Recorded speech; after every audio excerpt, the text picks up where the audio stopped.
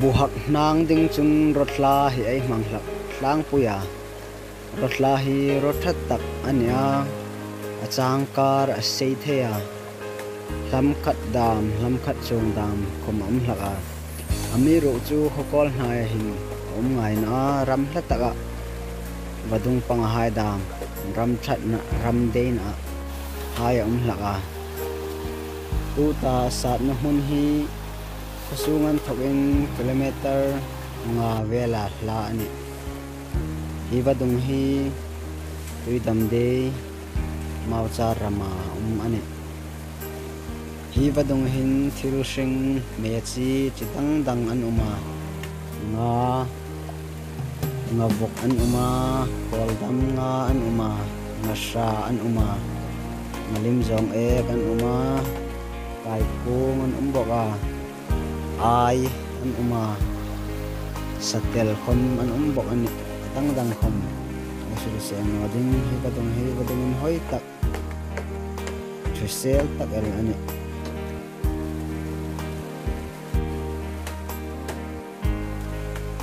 uhin na fit na dim nang me tum me kani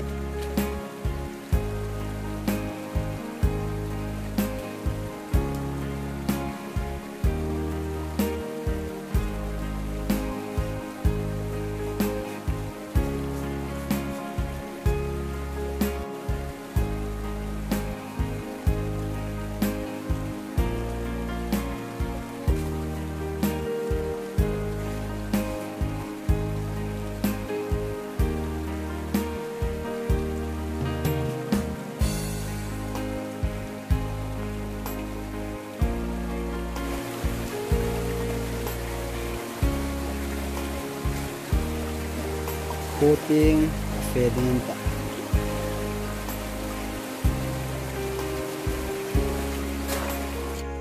tu hin buhak nang ding chu ina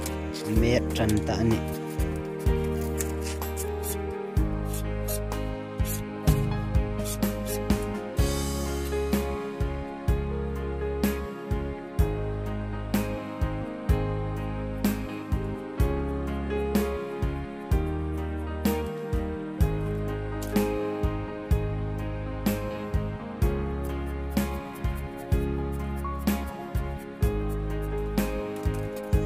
tu hin nang kha me zauta ai hang ta chan ding an ta lo hang en chet ai ta ata an chuk nom hai khoma thadewin ena hin chuk thei dinga eng bo se ni ata dan aje hi je sang sang a uma je dang dang a uma uta mi hi ni pu tumpo ti hai dang uma ni pu ami ai ta ding ni a pahni pe bokan ding pahni pe la ding ti ani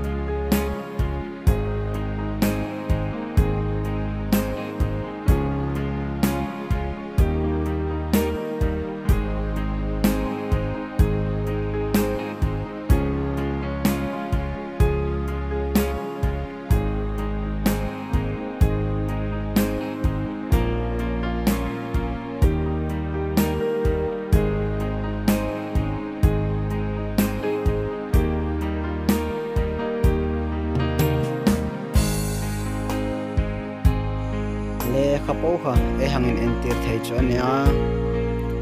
ka video milo en pek la tu hai po po chunga lom thu ka sela